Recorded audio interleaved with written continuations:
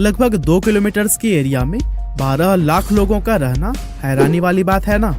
लेकिन ऐसा ही कुछ हाल है सपनों के शहर मुंबई के बीच में बसने वाले सबसे बड़े स्लम एरिया धारावी का, जहां पर रहने वाली जनसंख्या कई देशों की जनसंख्या से भी कहीं ज्यादा है। और आज के इस वीडियो में भी हम आपको वर्ल्ड के one of the biggest slum Dharavi के बारे में बहुत सारे इंटरेस्टिंग फैक्ट्स बताने वाले हैं। फैक्ट नंबर 1, मुंबई शहर के बीचों बीच मौजूद धारावी स्लम का यह एरिया 18वीं सदी में एक आइलैंड हुआ करता था, जहां पर मछुआरे मछली पकड़ने का काम करते थे।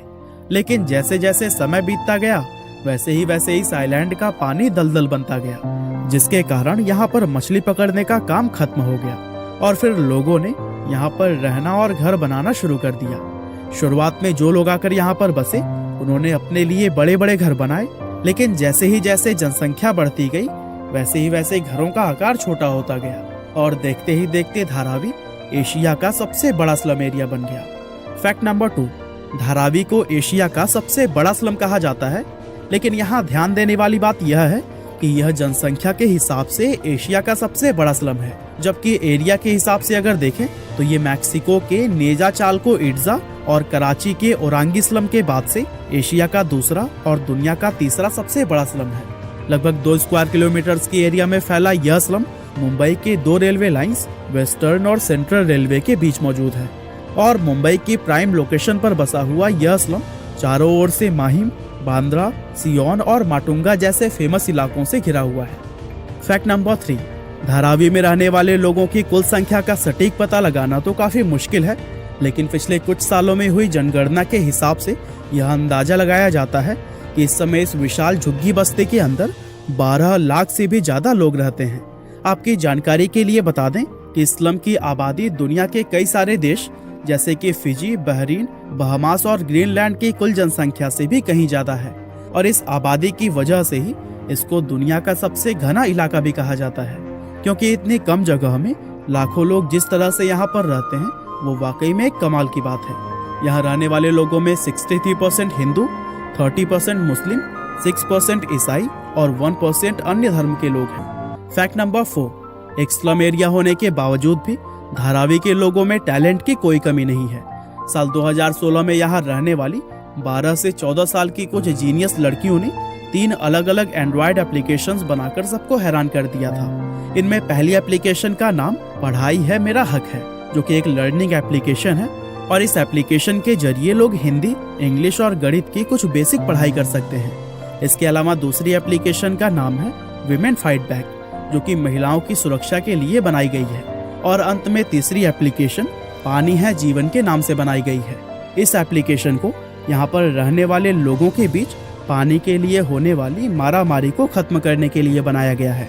दरअसल यह एप्लीकेशन नल के अंदर पानी आते ही अपने रजिस्टर्ड यूजर्स को एक अलर्ट मैसेज भेज देती है और इस अलर्ट से लोगों को पता चल जाता है कि नल में पानी आ चुका है और इससे लोगों का काफी समय बच जाता है, क्योंकि इस एप्लीकेशन के आने से पहले लोग कई घंटे नल के पास खड़े होकर पानी के आने का इंतजार करते थे। इसके अलावा धारावी को भारत का सबसे ज्यादा पढ़ा लिखा स्लम एरिया माना जाता है, क्योंकि यहाँ के लोग पढ़ाई लिखाई को भी काफी महत्व देते हैं।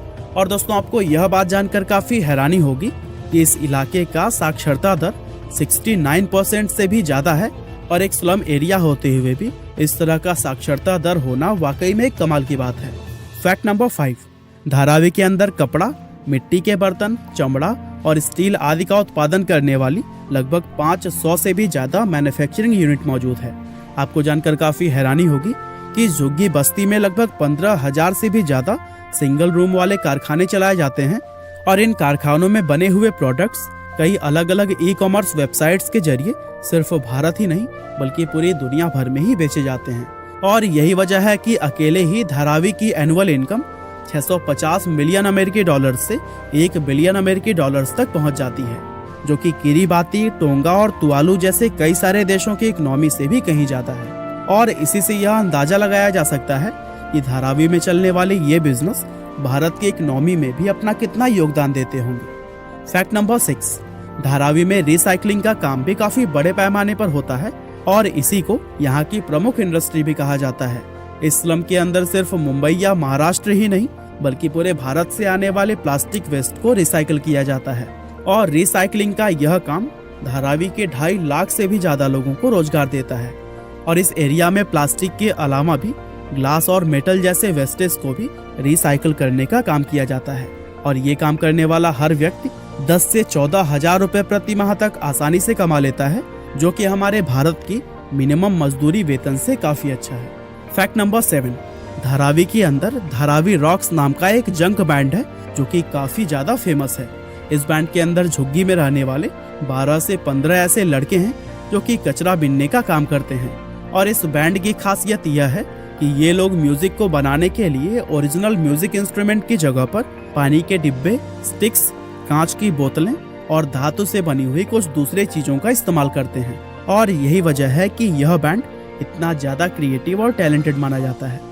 फैक्ट नंबर 8, धारावी सिर्फ भारत या एशिया में ही नहीं बल्कि पूरी दुनिया में प्रसिद्ध है, क्योंकि भारत घूमने आने वाले विदेशी लोगों की लिस्ट में इस स्लम एरिया का नाम सबसे ऊपर रहता है। वैसे यह बात काफी हैरान करने वाली है कि आज भारत घूमने आने वाले विदेशी लोग दिल्ली और ताजमहल जैसी फेमस जगहों को छोड़कर धारावी घूमना ज्यादा पसंद करते हैं। और यही वजह है कि आज इन विदेशी लोगों को धारावी का गाइडेड टूर भी ऑफर किया जाता है। और इस गाइडेड टूर के जरिए ये विदेशी लोग धारावी के जीवन को काफी बारीकी से देख पाते हैं। फैक्ट नंबर 9, धारावी हमेशा से ही हिंदी फिल्म इंडस्ट्री बॉलीवुड का एक अहम हिस्सा रहा है। मशहूर फिल्म डायरेक्टर और राइटर सुधीर मिश्रा ने 1992 में आई धारावी नाम की अपनी फिल्म के अंदर स्लम के लोगों की लाइफ को काफी अच्छे से दिखाया था, जिसके लिए इस फिल्म ने नेशनल अवार्ड भी जीता था। इसके अलावा ऑस्कर विजेता फिल्म स्लम डॉग मिलेनियर भी धारावी के स्लम में ही शूट की गई थी। इन दोनों फिल्मों के अलावा और भी बहुत सारी फिल्मों जैसे कि दीवार, सलाम बॉम्बे, परिंदा, भूतनाथ रिटर्न्स, आमिर और गली बॉय की शूटिंग भी धारावी में ही की गई है। और इन सब के अलावा बॉलीवुड में काम करने वाले जूनियर कलाकार सबसे बड़ी संख्या में धारावी से ही आते हैं। और यही वजह है कि बॉलीवुड और धारावी का यह नाता अटूट है। तो दोस्तों, यह थे धारावी से जुड़े हुए कुछ इंटरेस्टिंग फैक्ट्स। क्या आप कभी स्लम एरिया में गए हैं, या फिर अगर आप यहीं पर रहते हैं तो फिर हमें कमेंट करके जरूर बताइएगा। आपका बहुमूल्य समय देने के लिए बहुत बहुत धन्यवाद।